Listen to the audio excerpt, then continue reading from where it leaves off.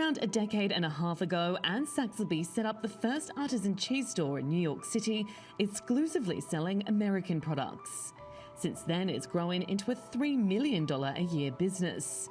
But when the coronavirus hit, everything changed. We saw our sales decline precipitously. 50% of our business was wholesale, and 70% of that 50% was to restaurants. The other 30% was to retail shops. So basically that was all erased overnight when the coronavirus hit and restaurants were ordered to close.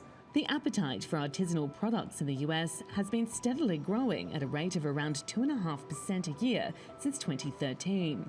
According to a recent report by the Vermont Agency of Agriculture, Food and Markets, specialty cheese makes up almost a quarter of the $18 billion US industry. But the coronavirus is slicing into the profits of artisan cheese producers and distributors.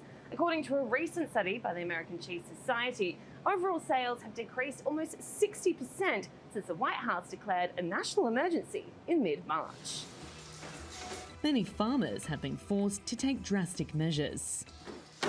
Some of our producers have actually lessened the size of their herds. They've had to cull animals, sell them, sometimes have them go to slaughter prematurely because they literally just can't keep up with the flow of milk. Other farmers have tried to shy away from making softer cheeses, which have a shorter shelf life and are more perishable, and put more of their milk into firm aged cheeses, which can age for quite a long time and are less perishable. Retailers are also finding ways to adapt. Murray's Cheese, a brand operated by supermarket chain Kroger, has 8 businesses here in NYC and sells its products nationwide. It's pivoted to an e-commerce first model and has taken its popular cheese tasting events online. In late March, we lost about 60% of our revenue here in New York City. And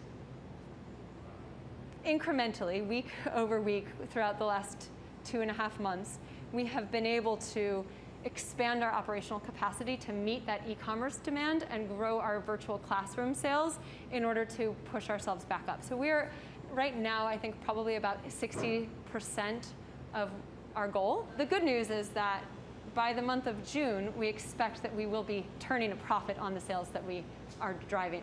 Specialty sellers like Murray's Cheese say it may take a few years for the artisanal market to fully recover, and their ability to adapt will be key to survival. Jade Barker, TRT World, New York.